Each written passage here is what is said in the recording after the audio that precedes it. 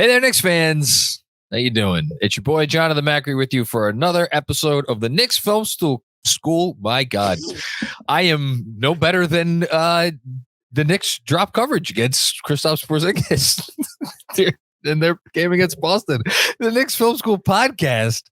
I'm here with Jeremy Cohen, who I assume is doing better than I, even though it looks like he's broadcasting from a closet. Are you remodeling the closet you're in, Jeremy? What's the deal there?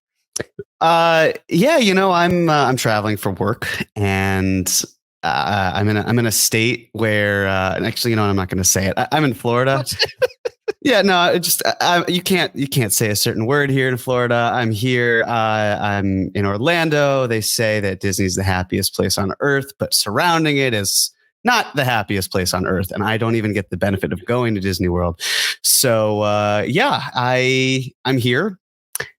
I'm not going to offend anyone who lives in Orlando, so I'm just going to continue saying I happen to be here, and I will be back in New York at some point.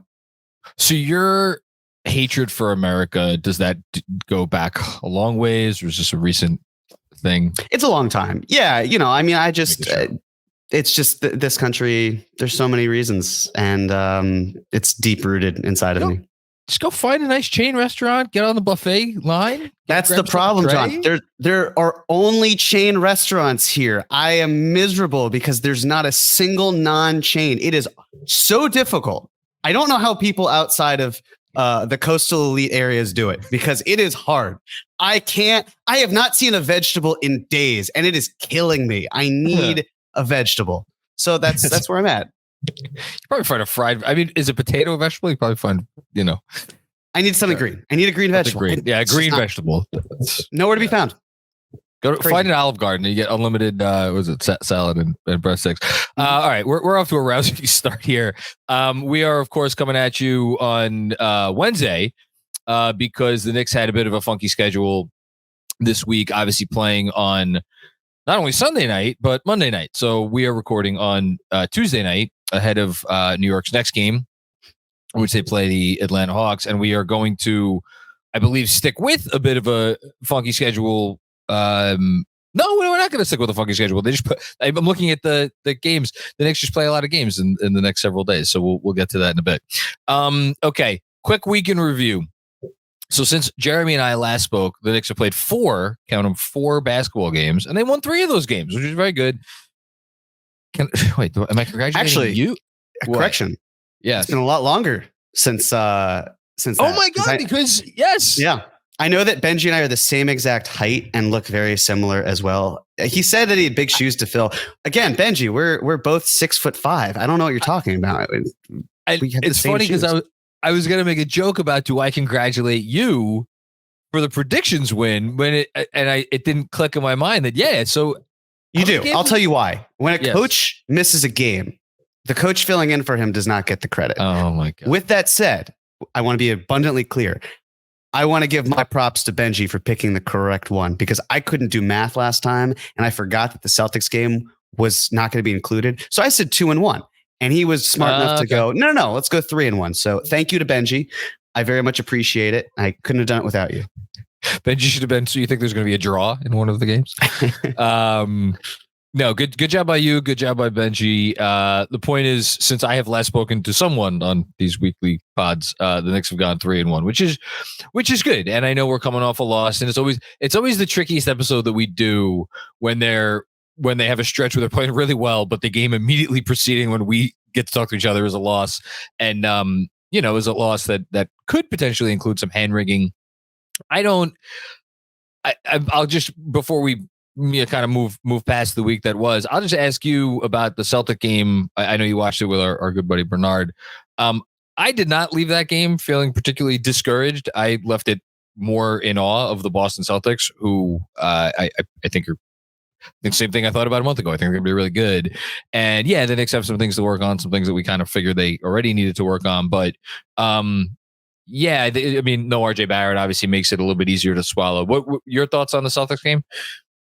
Similar to the first, in that this is a team that the Knicks play very hard. The Celtics got better this past offseason, so the gap is a little bit more, but I still feel as though they play them close enough where you get the right break and it works out. I think in terms of these 10 games, the worst 2 losses were the second night of a back-to-back as an away game. And I think that just goes to show it's really difficult to win 2 games in a row. And if you're going to have to suffer your 2 worst losses, them being coming off of the heels of a game that happened about 24 hours or so before, I can live with that. I can live with these close games. It's not like there was a game that happened where it's just the Knicks are flat out embarrassed on a random day where they've had time before and time to think about it after. They've been close enough where you can understand maybe if there was a fair fight, maybe if the circumstances were different. They're not. They lost. They lost against the Pelicans as well. It's understandable. This team wasn't going to go 82-0 anyway. But the way that they played the Celtics through the first 2.5 quarters, and then Jason Tatum just went supernova because that's who Jason Tatum is. It's hard to feel that upset about it. We could draw a few lines of demarcation in the Celtics game. You could draw it at up until 2 minutes left in the first half when they had those, a couple of bad transition defensive plays, before which they were pretty much flawless for the first 22-ish minutes of the game. You could draw a line of demarcation, as you just said, through 2.5 quarters, which is when the game kind of turned really in the Celtics' favor. You could also draw a line at they were within 3 with 8 minutes to go in this game after Brunson hit a 3. And then, there was a 4-point play and as you just alluded to, Tatum got going. So there were a few inflection points. And the only other thing I want to pick up on what you just said, yes to the 3 back-to-backs. Also, RJ Barrett missed 3 games. Knicks lost all 3 of those games. And I know there's some overlap with some of these. And then the third thing I'll bring up, and I looked it up today, there have been, after we, at this point, there's been I think close to 150 games played in the league or whereabouts, 140 something.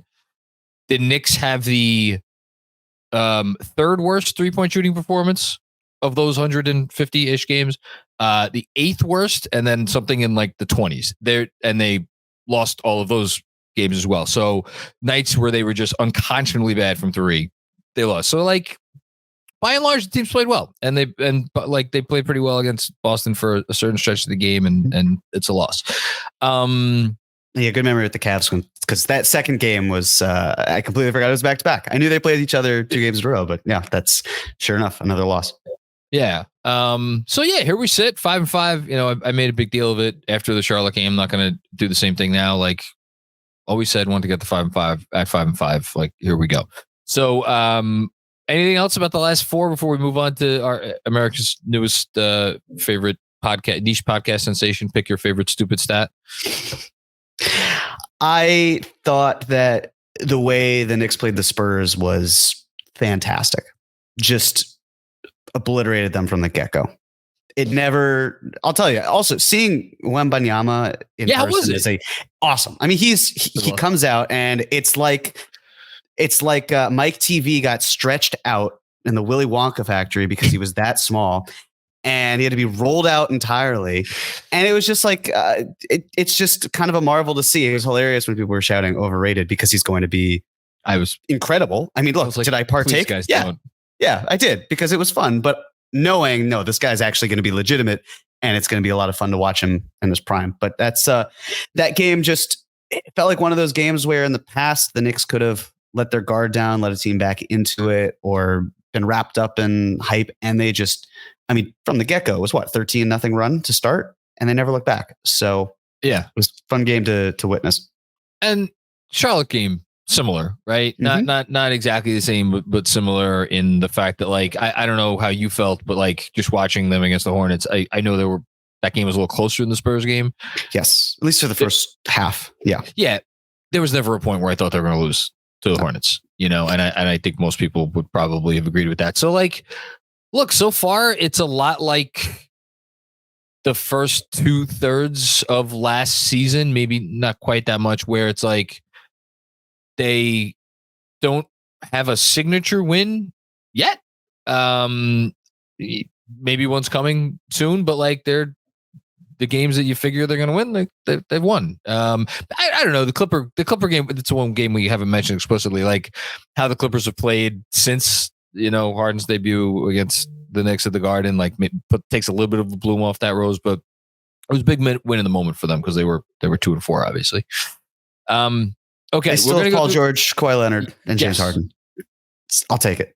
I know they're struggling. I hear you, but I was just there's a few situations I'm very interested in the league right now, and we're gonna get to one of them in a few minutes. But the Clippers, man, I'm just getting the popcorn ready for whatever transpires there. Okay, another edition of Pick Your Favorite Stupid Stat. So we did this, I think, a couple weeks ago.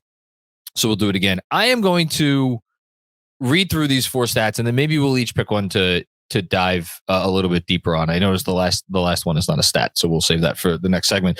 So we'll go through this one kind of quick. So 3 stats. First, per cleaning the glass, Knicks are 14th in offensive rating and 4th in defensive rating, 6th in net rating. Their starting 5 with RJ Barrett is plus 17 per 100 possessions, we should note, and their bench lineup with RJ Barrett is plus 7 per 100 possessions.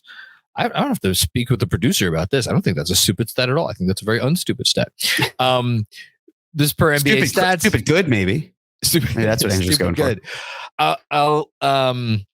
Yes, per NBA stats, Mitchell Robinson is averaging 5.8 offensive rebounds per game this season. No one has averaged more for a full season in the last 25 years, not since the Nets' Jason Williams. So he only had 3, I think, against the Celtics. So the first game he hasn't had a big total, what feels like in a while, but still up there. And then third one here, per stat head, RJ Barrett is shooting 50% from 3 this season. That is accurate. Only one player has a higher 3-point percentage with at least 43 point attempts. I think Andrew may have missed one on this. He mentions Doug McDermott. I believe Devin Booker, although no, Devin Booker doesn't have 40 attempts. So because he's been injured a lot. I'm going to add one more, and it's the one that I'm adding it because I want to talk about it a little bit more, and it relates to the offensive rating.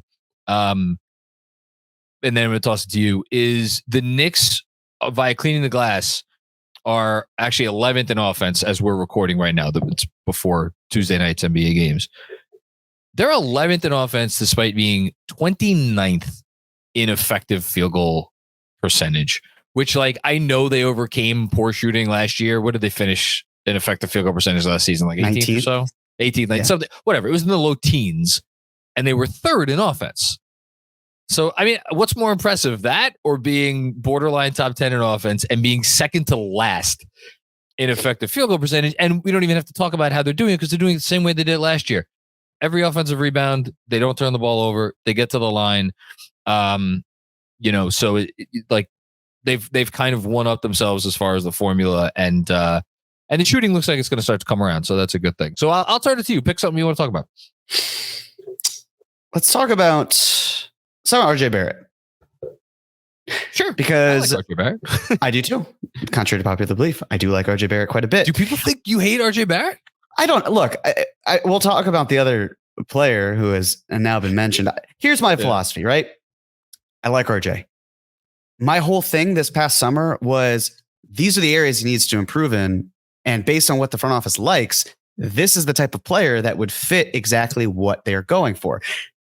Somehow, I feel like it may have been misconstrued that I don't want RJ Barrett to be a Knick, that I don't think there's any growth or potential. Like in the KFS faculty chat in the past, the question has often come up to me, so you don't think RJ Barrett can improve? And it was always, no, I wonder if he can continue improving here based on a center who doesn't stretch the floor and an inefficient offense around him. It helps when he himself is efficient and is able to progress from that point. But I want to talk about RJ because obviously the leap that he is taking it's obvious.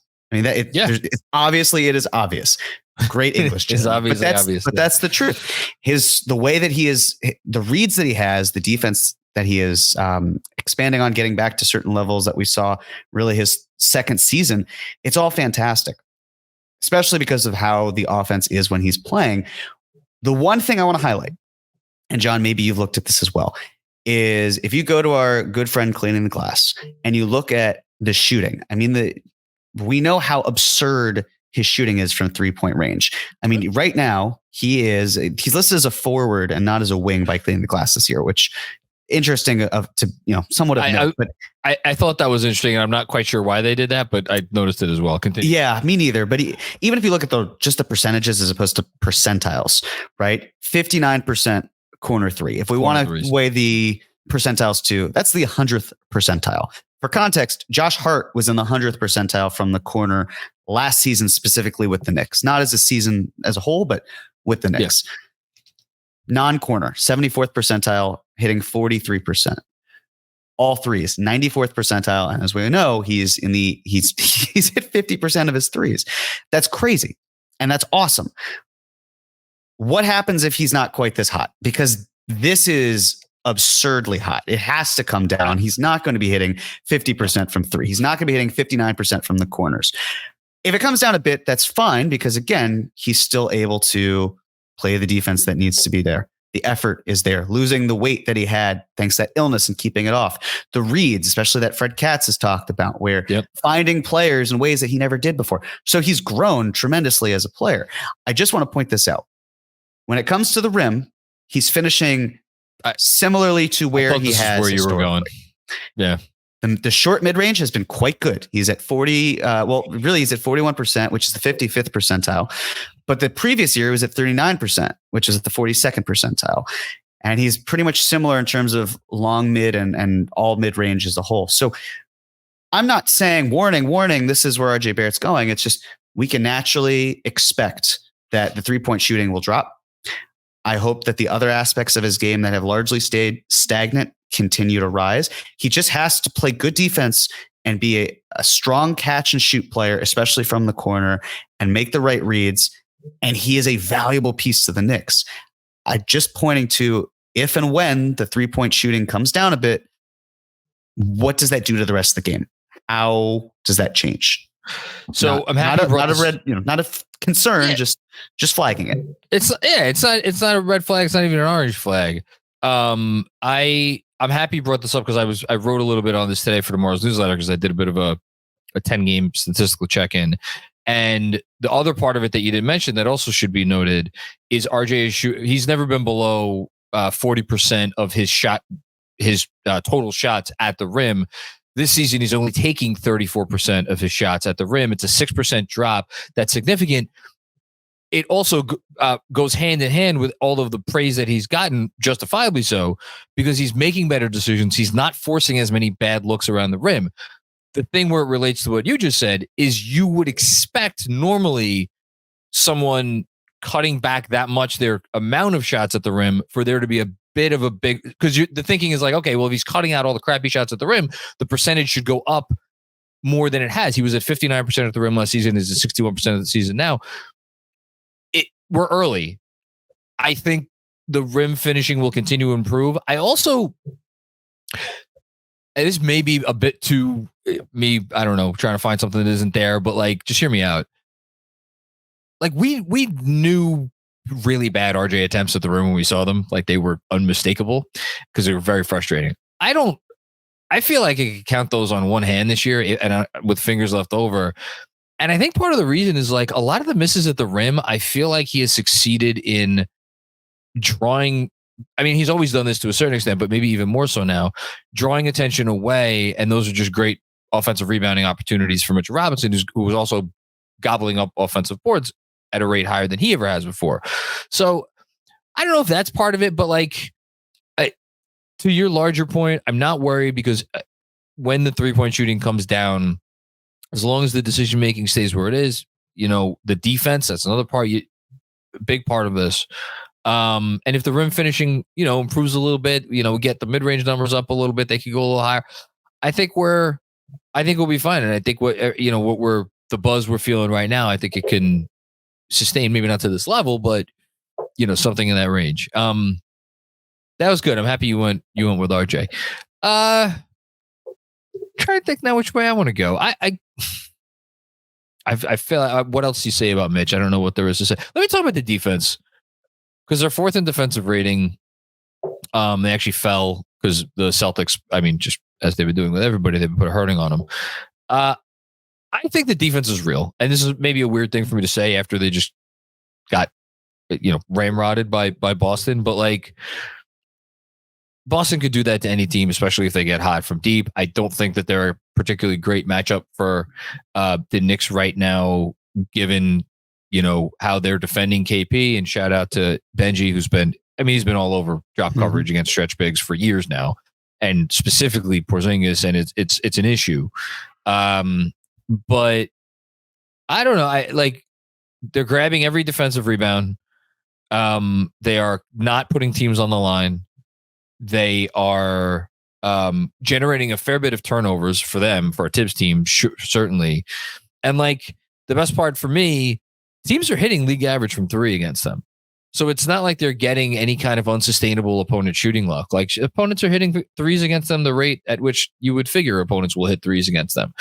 And it's not like I feel like we're watching games where I'm like, man, the other shoe's going to drop soon. I think this is is it a top 5 defense all year? I wouldn't be shocked. I think at the very least, it's a top 10 defense. So if you're figuring, okay, at the very least, top 10 defense, if you get the offense back up towards that top 10 range, well, there's your playoff berth now, which I know is not enough for everybody, but to me, that would be kind of a successful season. So I like the defense. I like where it's at. When we did our preseason predictions, you were what seems to be turning out well in terms of saying that the defense will be the calling card of this team, that they'll revert back to where they were.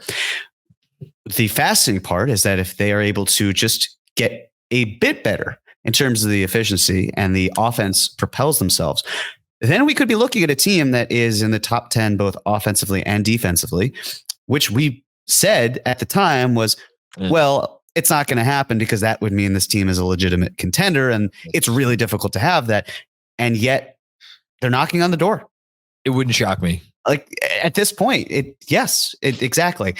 And so I believe, I agree. I think the defense is real. It is unfortunate that 2 of those games involve going against the Celtics, another one against the Bucks, even though that game was a little bit different in terms of the offensive outburst by Milwaukee. The thought of me occurred when you said with Kristaps and dropping. I just thought, instead of drop it like it's hot, drop it like Kristaps. I don't know. It's been a long day. That's good. Thanks. I'll take it. I like that. So that's... I remember that song. It's a good song. Snoop Dogg. So yes, I'm with you in terms of just believing in the defense.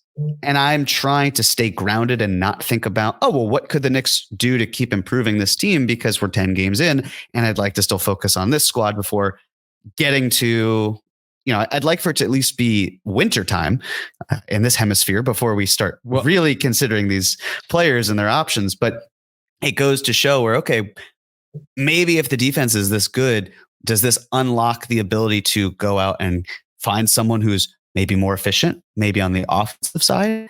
How could that work? Interesting segue. Because we do have to talk about Zach LaVine. So per Shams Charania of The Athletic, the Bulls and LaVine, it seems like, there's mutual interest in, I guess, a potential breakup. Bulls are considering it. LaVine would be open to it. And I'm covering this in Wednesday's newsletter, so I'm not going to say too much. I will just point out what I think is the obvious thing that you're probably going to go to, which is that realistically, given LaVine's salary and given how much outgoing money would need to be sent out, there is no Zach LaVine trade if one of Jalen Brunson, Julius Randle, or RJ Barrett is not included. I understand we talked a lot about the RJ for you did a whole thing on it this summer, so that's why I'm not going to say too much. But my 2 cents, I'm not trading RJ for Zach LaVine right now. I have a feeling you're probably going to be in the same way. And could we go down the road of a LaVine Randle swap? I don't want to for any number of reasons. I just don't see it happening. It's not, I wouldn't want to do that. I mean, and then you start talking about 3-team trades and this and that. I don't know.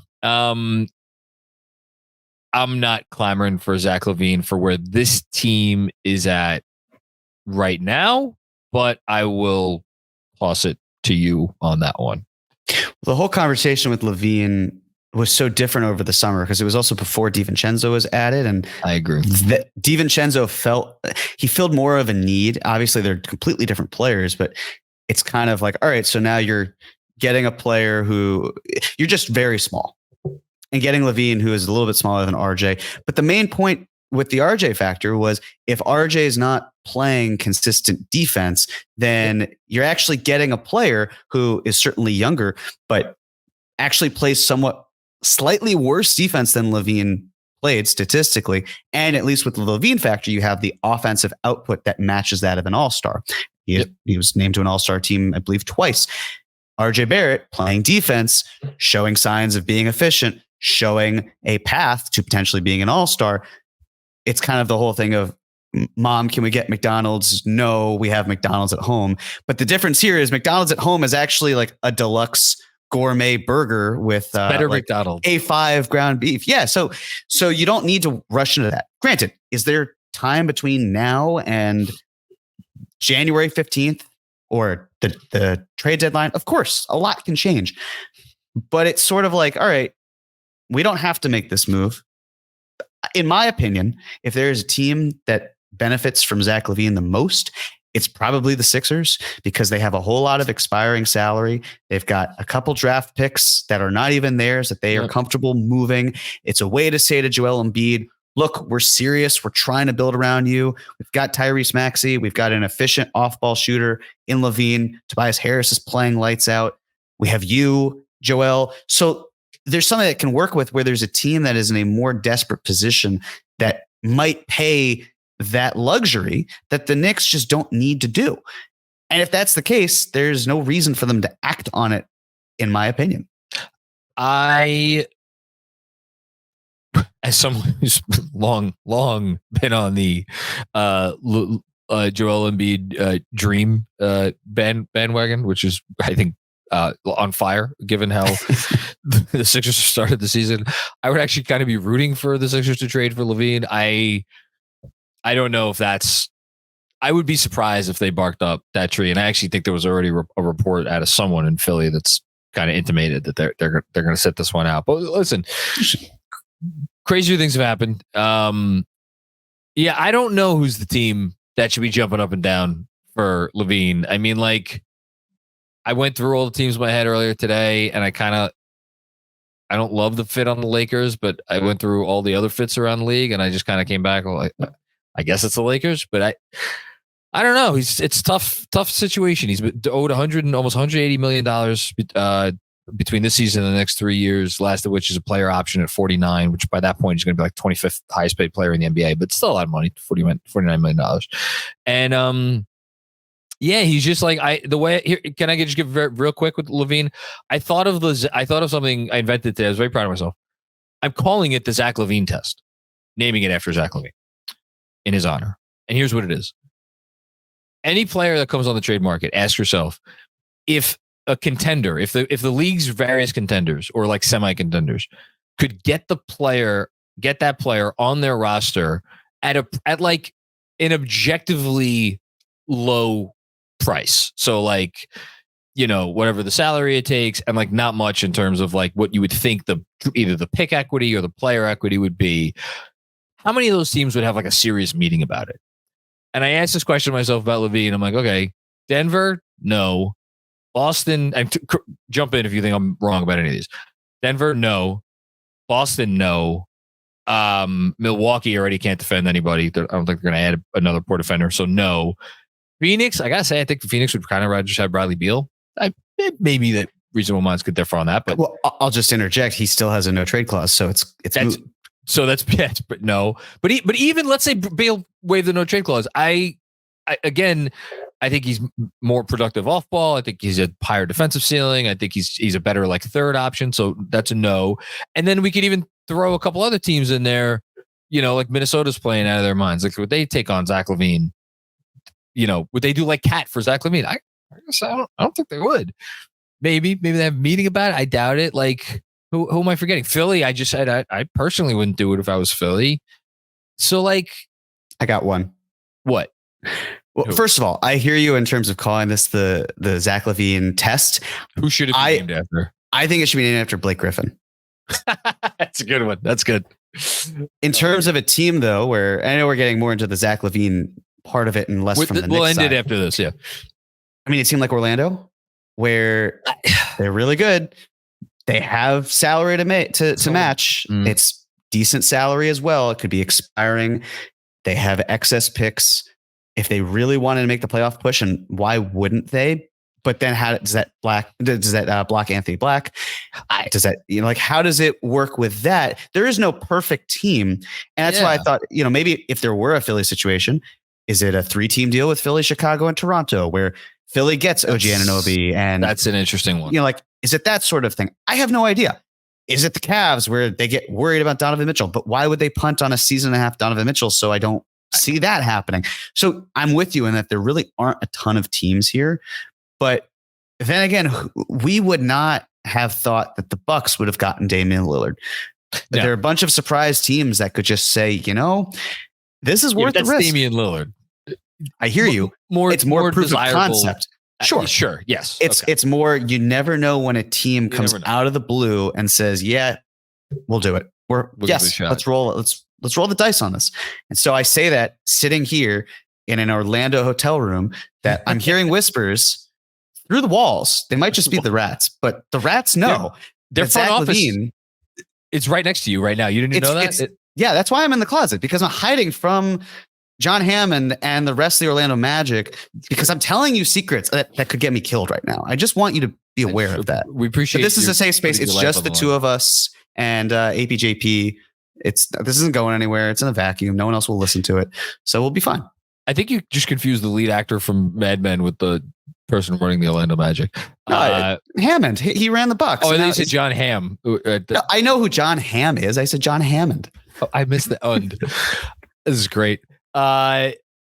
I don't want to go too much further. Sure. I mean, Orlando, but like if I'm them, I'm like, I got 2 young studs. Like, let me slow play this one. Like same thing with Indiana. So a couple people mentioned Indiana. Okay. Game balls. So just given to a player, coach, or entity that stood out this week and deserves special recognition. Jeremy, you get the honors for this. Our candidates: RJ Barrett. Knicks went 3-0 in games he played. Mitch continues to dominate on the offensive glass and just generally be awesome. Julius Randle. The shooting splits are still not great, but averaged 25, 10, and 5 this week. And he's really cleaned up the percentages a lot. He's really rebounded nicely. Emmanuel quickly, and the Knicks 3 wins. He shot 51, 44, 100 and averaged 14, 3, and 3. He was very impressive. I thought, especially in the, was it the Charlotte game? One of the games, the Charlotte game or the Spurs game. I think the Charlotte game, he was awesome. And then Tibbs, top 4 defense, offense is getting better. Shots are starting to fall. So who do you want to give game poll to? This is a tough one because I honestly think every single person on this list is deserving of it. And there's a part of me that wants to give it to Julius because I thought you and Benji did a great job with the pod and everything you said was very accurate. Had I been on the pod, I would have said the numbers say exactly what they are. I still am not ready. And it's not like you guys were condemning him in terms of who he was as a player, to be absolutely clear. Mm-hmm. I just wasn't as worried. I don't know why. Listening to it, I just felt like I wasn't, at least that was my vibe. And there's still the flaws, there's still the warts, but he's progressing. He's getting back to that point. So I'll shout him out, but he's not going to be the person. I'm still going to go with Mitchell Robinson because he's just been you're talking about the defense. He is the defense. He is the anchor there. The offensive rebounding, to do it at such an elite level. I mean, before there was the conversation of, is it him or is it Steven Adams? Even if Steven Adams were playing, I mean, he's not, so we don't really have to do the what if, but let's just assume the situation that's in front of us. Steven Adams isn't playing. Mitchell Robinson is the best offensive rebounder in the NBA this season. Agreed. And how he has been able to clean up. I know that he got a little bit more in terms of the flow of the offense for the Hornets game. Yeah, post up. But that even still, like the cleanups that he has, where he's just the putbacks as opposed to coming down and maybe bringing the ball down and it gets smacked away or whatever it might be. He's playing the game at such a smart level, and he means so much to this team. So Mitchell Robinson, it is. Glad you ended it with that part. He does mean so much to their success when they do well, and like. In a weird way, you could see it in the Celtics game when Mitch is kind of neutralized. Like the Knicks are just not as dangerous of a team. Like he's a massive part of what they do. You kind of took my thunder with the Julius speech. I'll give it to Julius. Apologies. Because it's okay. Listen, no one I'd rather lose the thunder to than you. I like you was not. It's weird because like I'd be lying if I said I wasn't worried at all. I was a little worried, but not like that. I thought like Julius was not going to come out of it. But as I've kind of alluded to a few times, this was such a vibes-driven team last year where they kind of realized that they had this special sauce cooking and like, hey, let's keep throwing this stuff on. And it's just going to keep tasting great. And yeah, there were obviously real basketball related reasons for all that. But I thought the Julius thing, if it kept going much longer, had a chance to throw off that specific aspect of what made them successful last year.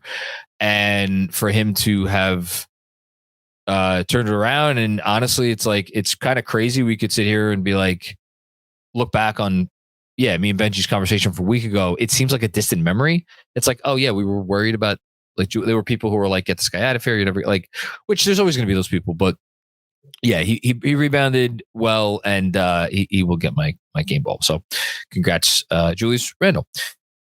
But isn't that always what happens? Just very quickly, by the way, about how we always have these siloed conversations, and then we look back 1 week, 1 month, multiple months, and it's like, that was in that one time frame that was important, and in the end, it's just like, maybe it's not, maybe it is.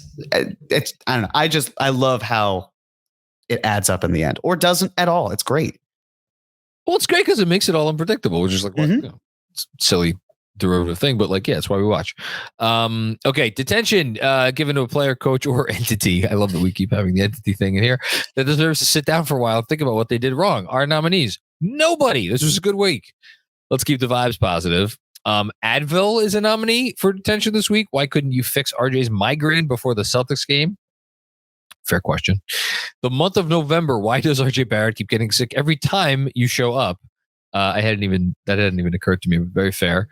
And then we could pick a player or a coach if we insist. I have to pick somebody. I don't want to pick nobody. That's kind of boring. They lost a game. We have to pick someone. They did lose a game. We do have to pick somebody. It really feels disingenuous to put anyone in detention. I'm not going to pick anybody on the Knicks. I'm going to put in detention. And I never rag on the refs. I'm not even the refs. The NBA. I'm putting the league office in detention. You know why? Because there was a moment in the game yesterday, and I don't know if Benji highlighted it on the post game because I only got to listen to the beginning, but where they had the Celtics did a replay review, and they won it with the ball going off Julius Randle's hand or whatever. But the replay review also showed that Julius Randle got fouled on the possession. You're not allowed to overturn. You're not allowed to call a foul retroactively. Like you can challenge a block charge or whatever. You cannot have a foul that was not called be called after a review. It's not in the league rules. That I don't think ever occurred to me before, A, and B, is fucking ridiculous because that was a foul and it's the only reason the ball went out of bounds in the first place. So I am putting the league office, whoever makes these stupid rules, in detention. That is my detention for the week. That's a fair one. Yeah, it shouldn't be the case, and yet it was. It should not. I hear it. I guess I'll go with Advil. I don't know. I mean, sure. I blame Advil. I don't know if that's necessarily my preferred way of treating a migraine. That could be the reason it didn't fix it. I'm a Tylenol guy. I think for RJ getting sick, is he taking his vitamins? Because I got to tell you, I get sick a lot, and I started taking more vitamins. It's staved off a lot of illness, knock on wood. So RJ, listen, I mean, I'm just looking right now, got some nice D3 immune health. We got some zinc gummies. Zinc is good for you. And we have some vitamin C. So actually I'll switch it to I'll just say sickness and health in general, where, listen, I know that you probably have access to better healthcare seeing as how you're Canadian and also a member of the New York Knicks. But I can tell you that these home remedies are starting to work. So consider it. I'm sure the Knicks organization won't find it suspicious at all if a care package showed up at Fort Penn Plaza, like with like a note written in crayon or something, like please deliver to RJ with instruction to ingest one a day. I think that I think that's a good use of everybody's time. Yeah, I think he'd think that we're probably poisoning him, because I would not. If I had received that package, I'd be like, I'm sorry, I cannot. I don't trust this. It's difficult for me to do that. So maybe if there's a line of pharmacists that decide to just line MSG, that they could just continuously prescribe him something. You know what RJ needs? He needs some AG1. That's shout out to our friends at AG1, sponsors on the pod. Okay, let's get to predictions. And we have a couple announcements, so we're going to get out of here. Okay, so I'm losing. I'm 1-2. You and Benji combined now. You have to share the honor with him. Our 2-1. Whatever, you're still winning. So it's fine. Three games. That's it. At Atlanta, at Washington, at Charlotte. Those games are Wednesday, Friday, and Saturday. The Atlanta game is, I just noticed the time. The Atlanta game is 7:30. The Washington game is at 7. The Charlotte game on Saturday is at 6. So that's interesting start time. I'm curious to see where you go with this one. Well, I thought that there was a rule that you couldn't play 2 games within a 24, like the starting times couldn't be within 24 hours of each other. I could have sworn, because to me, it's interesting. It's outrageous that the Knicks are playing 7 p.m. and then traveling, and then within 24 hours of their first game starting, they're playing another game in another city that's not their own. Yeah. What the hell is wrong with that? That is absurd to me. Anyways, I'm going to go with 2-1 on this. I recognize that 1-2 could be a very legitimate possibility due to scheduling concerns, but I think that I'm a believer. I'm a believer that this could be 2-1. I don't know what Benji's thinking, but I'm channeling my inner Benji, and we're in agreement on this. I agree. 1-2 is a upsetting but realistic possibility. I'm not going to go with it. I'll go 3-0. I'll be optimistic. I do think this team's. I'm going to put my money where my mouth is. I think this team has turned a corner. I thought they were scuffling early in the season. Like, really did not like how they looked getting out of the gate. Like, it didn't feel like I was watching the Knicks for the first, certainly maybe the first 6 games. Now I feel like, and again, it's weird. Like, that the first half of the Celtics game really felt like, okay, I know this team. I've seen this team play basketball before. I get this. Are they probably going to lose one of these games?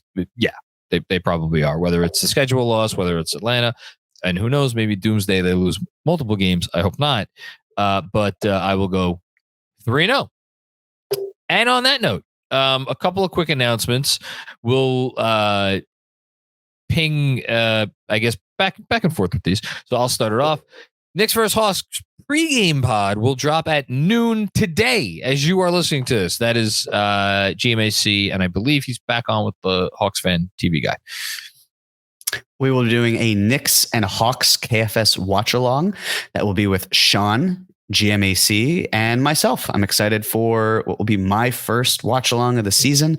Certainly overdue, and looking forward to being there. So come join us on Wednesday, which is, if you're listening to this, likely tonight. Yeah, absolutely. And KFS. Oh, so we only have 3. So KFS Study Hall will be making the move to playback this Thursday night at 7 p.m. So Andrew teased that on a recent show, said big announcement for Study Hall. So that is the announcement, where Study Hall is moving to playback. So again, that's coming at you this Thursday night at 7 p.m. There will obviously be the proper links, the way, if you're like, what the hell is playback? Like, how do I get to it? Follow the Knicks Knicks Film School on social media. You will get the link to join that.